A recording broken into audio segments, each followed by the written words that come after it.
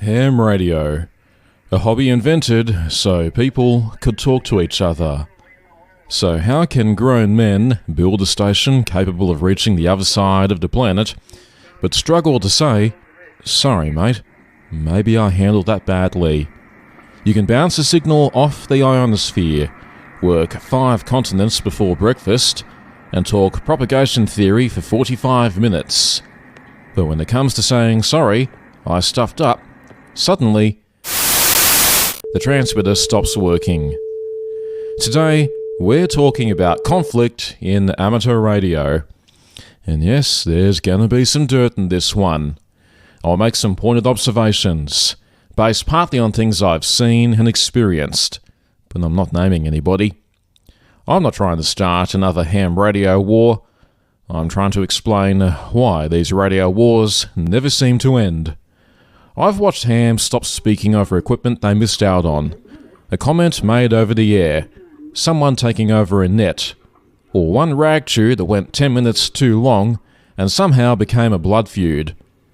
You'd think a hobby built entirely around communication would produce excellent communicators. Often, it doesn't.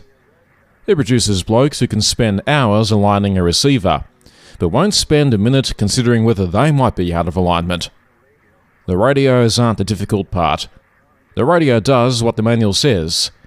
It's the operator who arrives with no circuit diagram for his brain, and in some cases, absolutely no protection against overload. I've seen grudges run hotter than a valve amplifier being pushed at twice its rated power into a dead short. Then you ask, what started it? And rarely it's anything serious. Nobody stole equipment. Nobody cut someone's coax, unless we're talking about CB radio in the 1980s. Nobody ran away with the club treasurer's wife. It's usually something trivial, like, he took over the net. That's it. That's the entire origin story.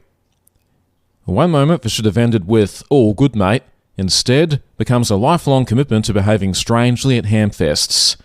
They see each other across the park, and both men suddenly become very interested in looking at something in the opposite direction. My theory is that most ham radio arguments aren't really about radio. They're about identity. A man decides he's right, then being right becomes part of who he is. Once that happens, changing his mind doesn't feel like reconsidering an antenna design. It feels like losing. And some people would rather lose a friendship than lose an argument. And I'm not pretending I've always handled these situations perfectly either. Pride is much easier to recognise in somebody else's shack than in your own. A lot of us entered this hobby because somebody helped us. An Elmer. Someone who answered the dumb questions without making us feel dumb for asking them. A good mentor can answer a lot of questions, help you avoid expensive mistakes, and get you on air much faster than you would have managed alone. But eventually, the student learns. Then the student develops opinions. Then the student starts making decisions without asking for permission. That's supposed to happen. A good mentor is building an independent operator. He isn't building a tribute act. But some mentors are comfortable with your independence only while your decisions still resemble theirs. The moment you take a different path, suddenly, you're not developing. You're being difficult. You're not listening. You've changed. No. The student evolved. He started thinking for himself, and now the mentor has to decide whether he wanted a friendship or a permanent audience. And then we arrive at the vintage equipment crowd. Now, most collectors are good hams. Some of the finest people in amateur radio have cupboards or entire rooms full of parts, manuals and equipment. They'll dig through boxes for an hour to find a component that keeps somebody else's radio alive. I once had someone give me a Collins 30 or 1 meter for free. More recently, another bloke gave me Collins BFO crystals and only charged me for the postage. Those people are gold. They understand that preserving old equipment often depends on people helping each other. But we all know the other type of collector too. He owns one rare crystal and protects it like it contains the nuclear launch codes. The filter, the meter, that one impossible to find component with better security than Area 51. You ask whether he might sell one, and suddenly the answer becomes complicated. There are old arguments, old disappointments he brings up, stories about people who supposedly betrayed him or failed to show enough appreciation. Before long, a simple inquiry about a radio part has become a test of loyalty. Mate, it's a radio part. It's a hobby. Let it go. These days, when I feel a disagreement heating up, I try not to begin with "Am I right?"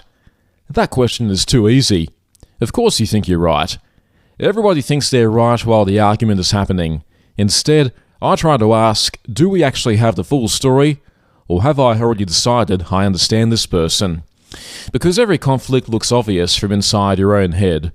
You remember what was said, the tone, who started it. Every detail supporting your position comes back with remarkable clarity. What you don't know is what was happening in the other person's head. What pressure he was under.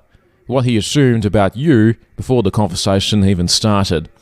And what parts of the story he remembers completely differently. That's where most conflicts go bad. Not because one person is completely innocent and the other is completely wrong, but because both people have already decided they understand the other one. Once you believe you figured somebody out, you stop being curious. None of this means we should stop debating.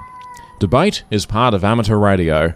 AM versus SSB, vowel versus solid state, FT8 versus phone. Arguments keep the hobby interesting. Without disagreements, the bands would be pretty boring. But there are two kinds of arguments. The good ones are driven by curiosity, the bad ones are driven by certainty. Curiosity asks, how did you arrive at that conclusion? Certainty says, I already know what kind of person you are. Curiosity leaves room for the possibility that you miss something. Certainty needs the other person to lose. And the most useful question usually isn't how do I prove I'm right, it's what am I not seeing? Because 20 years from now, nobody is going to sit alone in the shack thinking, well, at least I won that argument about antennas. Nobody remembers the technical victory. They remember how you treated them. The operators I respect most, I couldn't tell you how many arguments they won. I remember they were patient. I remember they shared what they knew. They made the hobby feel bigger instead of treating every new operator like a problem. So the next time you find yourself in conflict with another ham, and eventually you will, we all will, pause before you begin the prosecution case. Don't immediately ask, how do I win this? Ask, what am I not seeing? You might not win every argument, but you'll become a bigger person, and you might carry a few important friendships with you. You may have to surrender the satisfaction of proving you are right, but you might preserve something that mattered far more, and honestly, that's a better contact than anything you're likely to log this week. Have you had a friendship in amateur radio go badly? Tell us what happened in the comments. Tell me your story, but leave the names out. We're examining the behaviour. We're not trying to start another net dedicated to revenge. If you enjoyed the video, consider subscribing. I'm VK4KWM. This is Real Ham Radio.